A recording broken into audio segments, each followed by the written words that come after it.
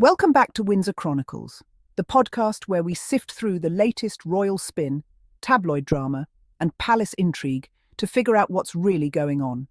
I'm your host, and today we're diving into one of the wildest stories the Daily Mail has put out recently. The headline? King Charles might offer Prince Harry and Meghan a royal property when they come back to Britain. Sounds unbelievable, right? Well, stick around, because today we're unpacking this so-called exclusive, why it's being floated now, and what it really says about the fractured state of the monarchy. Let's start with the claim itself. According to the Mail, King Charles has supposedly made it clear that while Harry is welcome to visit, he'll never be allowed back as a half-in, half-out royal.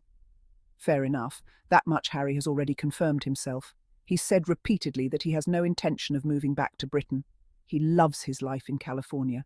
His family is there, his work is there, and by all accounts, he's thriving. But here's where the spin gets wild. Insiders say Charles might sweeten the deal by offering the Sussexes a base in the UK. Maybe a spare royal cottage, maybe something tucked away in one of the estates. And if Meghan doesn't fancy palace life, well, apparently the Cotswolds could be her preferred escape, far from the watchful eyes of Windsor courtiers. Now let's pause here. This is classic tabloid storytelling. Float the fantasy of Harry and Meghan moving back, sprinkle in some insider quotes and leave the reader wondering, is reconciliation around the corner? There's another element here that makes this story both curious and calculated. Security. The piece emphasises that if Harry were to stay at a royal residence, say Kensington Palace, Windsor Castle, or even Sandringham, he and his family would automatically fall under taxpayer-funded protection. Armed officers, secure grounds, and the royal perimeter would solve the ongoing security concerns Harry has faced since stepping back in 2020. That part is true.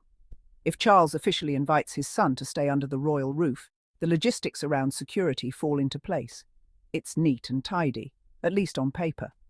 But here's the problem. This isn't about logistics. It's about leverage. Floating the idea that Harry needs a royal home in order to be safe in Britain places him right back under the thumb of the institution he deliberately stepped away from. And Meghan? Notice how the narrative carefully separates her from Harry, almost as if to suggest she's the obstacle. She's painted as the reluctant duchess who would rather hide in the Cotswolds than show her face in Windsor. Convenient, isn't it? Let's not forget the shadow looming over all of this. Prince William.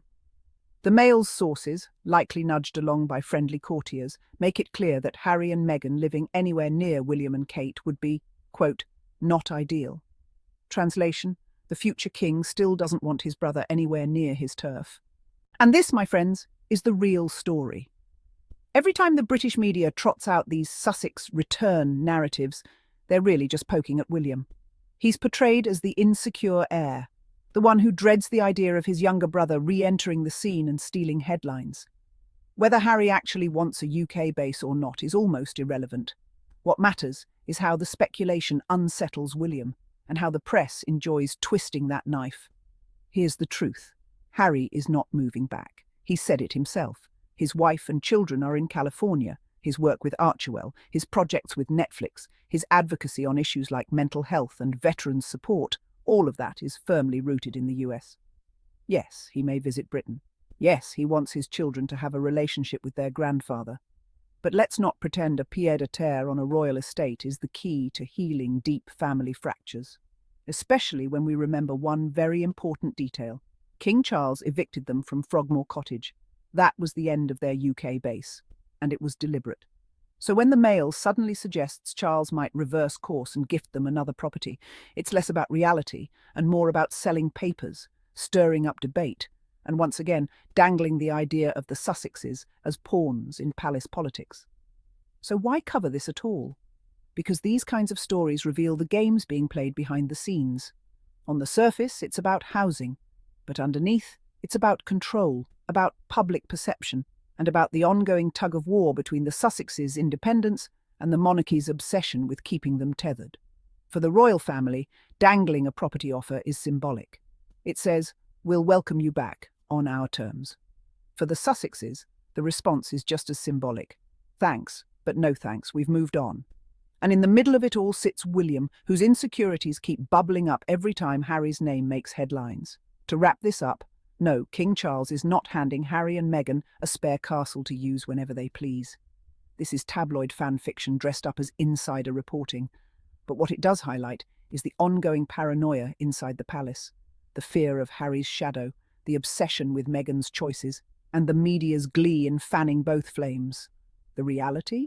The Sussexes have built a life outside the monarchy. A UK base isn't on the cards, no matter how many times the tabloids say otherwise. And honestly, if reconciliation is ever going to happen, it won't come in the form of house keys. It'll come in the form of trust, accountability, and genuine effort from both sides. Until then, stories like these are just distractions. That's all for this episode of Windsor Chronicles. If you enjoyed today's breakdown, don't forget to follow, share, and drop a review. I'll be back soon with more royal headlines and hidden truths from behind palace walls. Thanks for listening.